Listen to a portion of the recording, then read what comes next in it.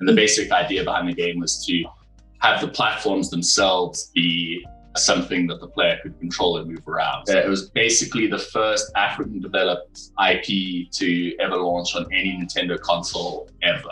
I think it's really crucial for really talented people of color to have a stable, well-paid place to make games and get better at making games, so that at some point, if they want to start doing studio or just keep making games like that, they can.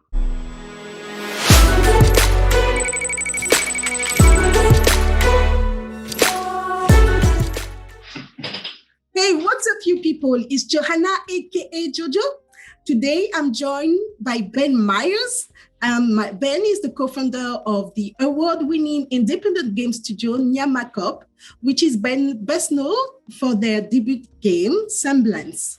Ben is also a former curator and program manager of Myres, Johannesburg, which is unfortunately a conference which is not happening anymore. So Ben, thank you for joining us. Since last time I saw you, I think was it in 2019 or 2018? I think it was in GDC in San Francisco. Is that correct? Yes. Yeah. Wow. Exactly. I think that's a while. So it's been a while. Yeah. So tell us a little bit more about Nyamakop and your game today. Yeah, totally. I mean, we started. Nyamakop was co-founded by three people. My co-founder, Shakir Kamani, and we co-founded with a third person. And basically how the studio and Semblance started is we were in our final year of a game design program at Wits University, a university in Johannesburg. And we had an external examiner come in, and his name was Judson Mantov, and he worked at Naughty Dog for like 15 years, and now he consults on a huge range of different like AAA games around the world, but he's a South African, and he decided to come back to South Africa and work on those big international titles from here. So he saw what was the initial prototype of Semblance and said, this is really cool, you should make this into a commercial game. And so we had about 6 months left on the course, but we decided to take the game out of the course and work on something else for our like graduate project. And then we finished the course, the 4-year degree, on Friday, and on Monday we started working full-time on the project. And that's basically how Nyamakop got founded. And then from there, it took a huge amount of different routes, like project-based funding from a local investor into a publisher and stuff like that. And so it took us about 3 years to get the game released at the end. And it was kind of like, we spent a huge amount of time trying to get funding and find publishers. So it's a bit hard to tell how long it actually took us to work on, to like actually make the game. But yeah, that was kind of our debut title. And we, from our opinion and what we saw, it's very difficult to break into indie games off your first game. It's really, really hard. Only maybe 1 or 2 people do it a year worldwide. And so we decided to hedge our bets a little bit and use making Semblance as a way to travel as much as possible and meet as many publishers and funders around the world to set us up for the second game, which is basically what we've been working on since 2018 in much secrecy. So it's a much larger game, both in terms of team size and funding, but can't really talk about it too much. But yeah, that's kind of what we've been up to, is just trying to get that funded and made, and now it's actually happening, which is great. Wow, thank you very much. So there is a lot of things that you touch upon.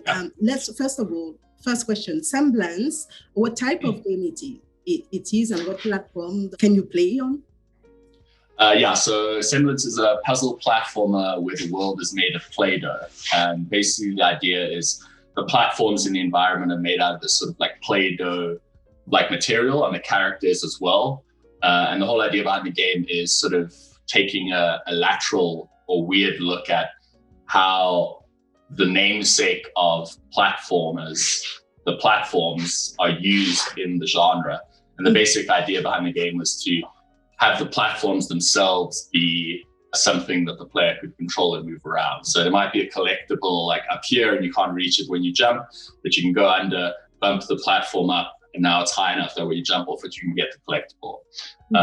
And we launched it on PC and Nintendo Switch. And I think it was basically the first African developed IP to ever launch on any Nintendo console ever, which is pretty amazing. And then right afterwards, Broforce by Free Lads also launched. So we just beat them on doing it with that. Yeah.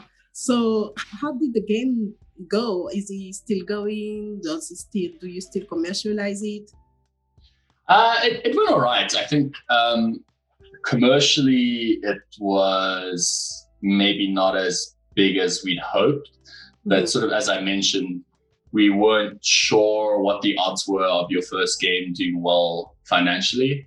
And luckily for us, the game did very well critically.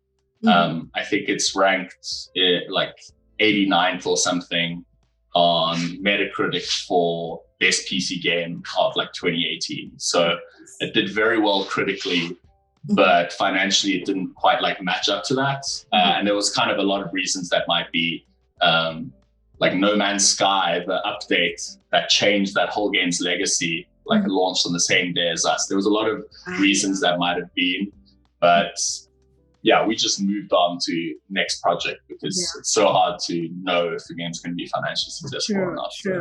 Sure. So let's talk about the fact that you graduated from Wix, and then straight after you started to be a full-time indie. What were you guys thinking? Were you scared? Were you happy, excited, all of that? Yeah, all of that. I think the reason we did it that way is because we had a Myres Johannesburg connected to Wits University as it was happening. We got to meet a lot of independent game developers from around the world for like the whole time we were in university. They were coming every year.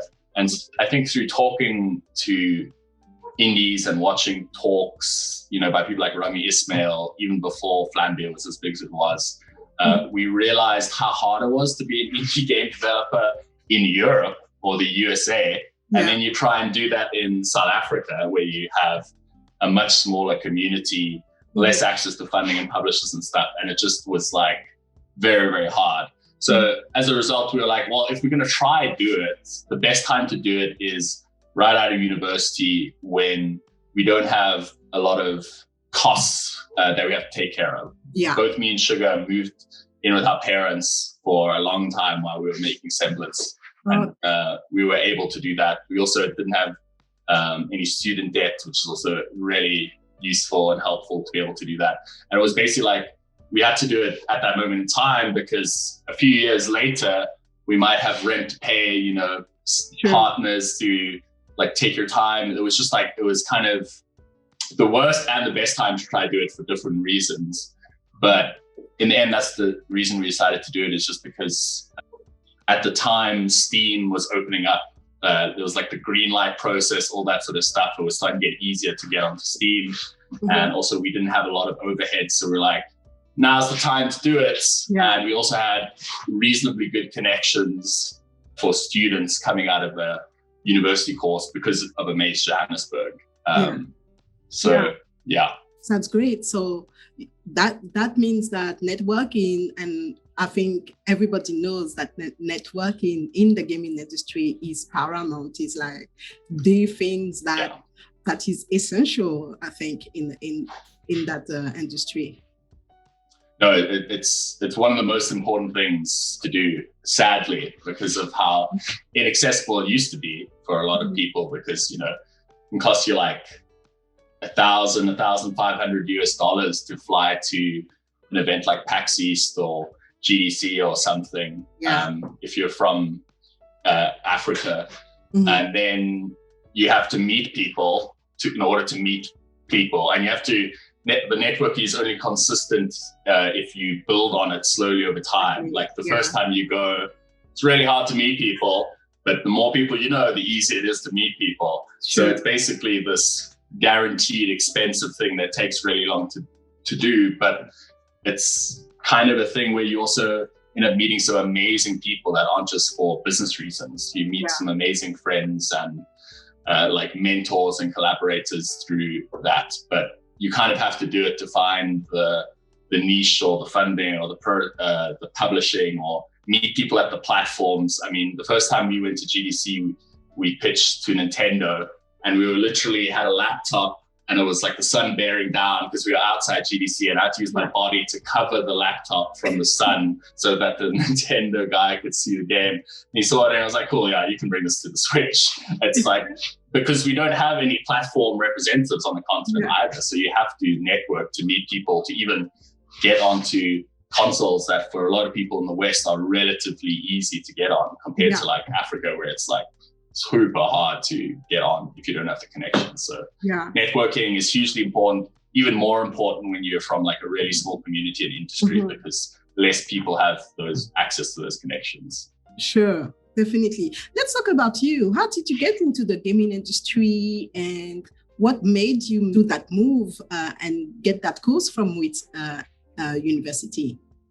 It was very strange and random, and a very rare story in that I was leaving high school and I'd studied IT at high school, and our IT teacher, like teaching programming and stuff like that, was like, oh yeah, Wits is starting a game design course next year. So I graduated in 2011.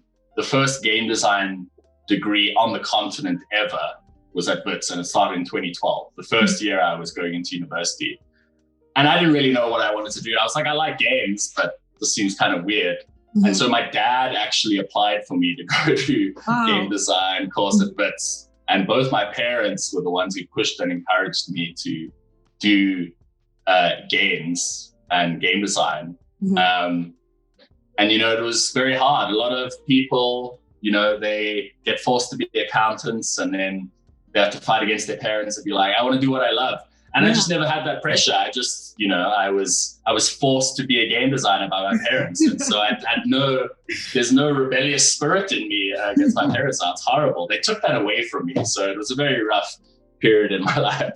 But I think I'm obviously very lucky that I had parents who supported me and actually pushed me to do it. And in a weird twist of fate, I think because they were so aggressively supportive, I worked very hard in university to make sure that I lived up to that amount of support for such a wild idea to be a game developer for the rest of your life. So I kind of fell into it. I had an interview with the head of the program, Henry Fazer, and it was supposed to be like 15 minutes long. And I think I left an hour later after just talking about games. And then after the first 2 weeks of the course, I was like, yeah, this is what I want to do. And then I studied how hard it was to be a game developer the next 2 weeks, and then got terrified for the next 4 years and worked very hard. So that's kind of the process. And now you are a full-time game developer. So So I guess it was successful. Your parents, I'm sure they are proud of you now. Oh, they are. That's I have to work very hard to get into the press as much as possible, so that they can be reminded that there's some good in this. Otherwise, you know, I have a quota. I have to be in like a magazine or do an online interview once every few months. Otherwise, they're like, "What do you do with your life?" You know.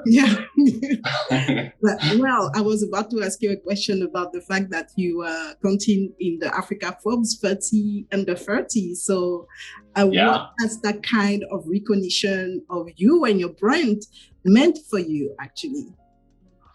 Yeah, I think it was amazing. And kind of wild to be on that. I don't know if there were any other African game developers who'd been up before, but since then we've had a bunch go on now as well, which is really cool. I think it's the thing about those sort of awards, maybe they're going to take the award away from me if I say this, but it's fine. They're like, everyone who doesn't have them really wants them, and it's surprisingly underwhelming when you get it, to the impact it actually makes in your life in some ways. I think it was really like the brand is the biggest thing. It's like people will take you more seriously if they've seen you be on Forbes 30 under 30.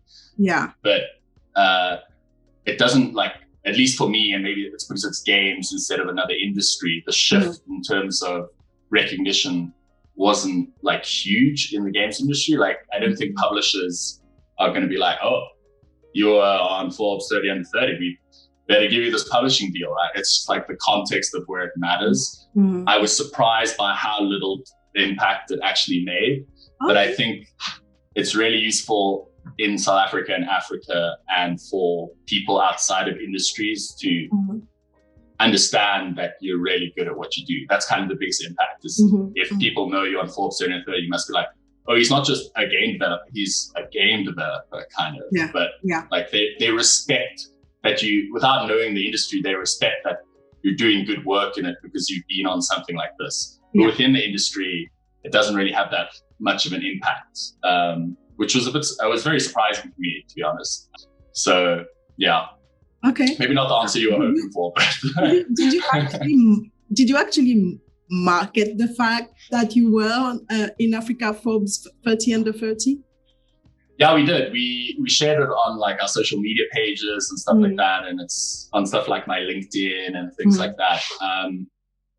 And we shared it around, and like a lot of people in our friend groups and like in our small communities were like, "This is really amazing and really cool." So like we did get a lot of celebration for that fact. And I think in South Africa every year, some magazines and websites compile the South Africans who were in Forbes Africa 30 under 30 as well. And that lasted for a few weeks or a few months. And then after it's just kind of a thing that just sits on your CV or resume. If someone's just scrolling through your LinkedIn, it's like, oh, that's really cool that they were on that. But yeah, we did as much marketing as we knew how to make use of it. Yeah. So you talk about the projects that you're working on, and based on the project and everything else, where do you see your company going? So I think where we'd like to see the company going is stability. The most important. I think after semblance and seeing the way the industry works, it can make you a bit cynical after you make your first game, and you have to learn to turn that cynicism into practical, like, decision making. So a bit of my mantra, which is quite cynical now, is the best creative integrity is getting to make another game. So stability is really, really crucial for Nyamakop going forward, especially because in general now, our company vision is to make, and lots of studios on the continent have a similar vision, but African-inspired games for a global audience, made mostly by African people of color as well, which is a huge, important part of it for us. And because of that being our vision and goal, stability is even more important. Like, if we want to change the face of the games industry, both in South Africa and worldwide, I think it's really crucial for really talented people of color to have a stable, well-paid place to make games and get better at making games, so that at some point, if they want to start doing studio or just keep making games like that, they can. And so we need to set up pipelines and studios that allow people to do that. So that's why stability is kind of the biggest thing for us. And then also just trying as much as possible to leverage the relative cheapness of South Africa to the West in terms of making games, while making African-inspired games for a global audience. So pairing those two unique advantages of the stories we have on the continent that haven't been told before, paired with the relative cheapness of making games here, if you can find the talent and the skill. So that's kind of the direction of the studio at the moment. Yeah. So we talk about the networking and then the stability. Now, because of the global crisis, I think the global crisis actually witnessed that networking is much easier. We are an industry which lives online. So with all the platforms that we have, in your opinion, do you think that the global crisis has improved the gaming industry ecosystem?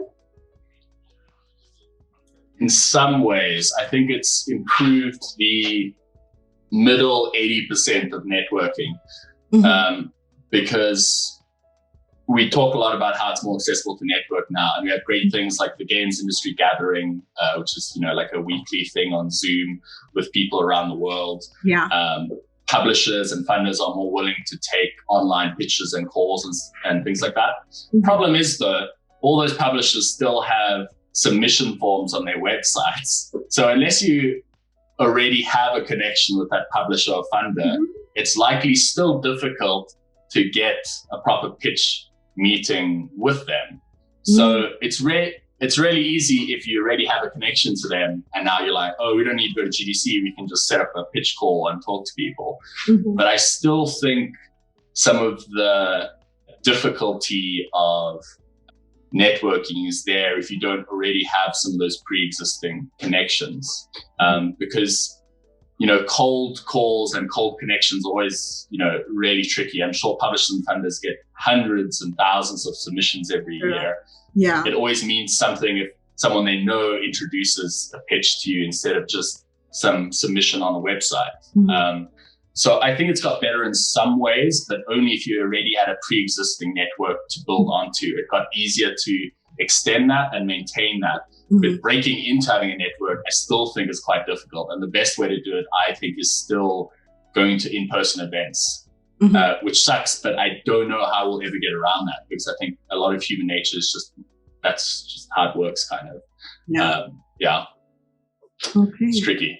So we're going towards the end of our chat. So do you have any words of advice for anyone looking to be part of the gaming industry today in Africa, South Africa, and in the world, actually? Oh God, that's a big question. I think as someone who started their own studio straight out of university, I would recommend potentially not doing that, because I'm in South Africa and also worldwide, I'm a hyper advantaged and privileged individual in terms of the support of my family, parents, lack of debt, university I went to, high school I went to, access to equipment, all these sort of like privileges, they just pile up in an immense way. And it was extremely, extremely difficult for us to break in. Extremely, extremely hard. And I think it's possible for really brilliant people with less privileges to break in. But having gone through it myself with all the privileges and advantages I had, basically being able to not earn a salary for 3-4 years of your life, I would recommend that if you want to break in the industry or make your own studio or something like that, is to try and work at other studios if you can, or even just work in other jobs and be very dedicated to, on the side, getting better at making games and building it up over time until you're ready to try and break in with your own thing. Because I think a lot of the stuff around indie games that you consume and get you excited about it can be very misleading in terms of the reality of doing it. So my advice is to just be careful about just trying to go in and do it, because it's really hard to do and not in a comfortable way. And you can instead earn a decent living doing another job while on the side getting better at making games. And just in general, I would recommend being a T-shaped person, like having a deep specialization in one thing, like 3D art or program or something, but having a little bit of experience in lots of other things. So that's my very sad but blunt advice. No, actually, I really love your advice, because a lot of people say, oh, you have to work on your craft, you have to network, but really, and the fact that you mentioned and you are aware of your privileges, really, it's good, because, and actually saying them, because people will understand that whilst you still have privileges, you still can have some challenges as well in the gaming industry, and it's still an industry which is still challenging to get into. And thank you for your honesty on that. So Ben, I'm sure that we will have another chat because I can't wait to see your next project. Yes. When do you plan to release it? Oh my God, it's going to be a long time. I don't even know. Okay. It's going to be a while. Yeah. All right. Okay. So thank you very much again for your time, Ben. And we speak soon. Thank you. Cool. Bye-bye. Bye.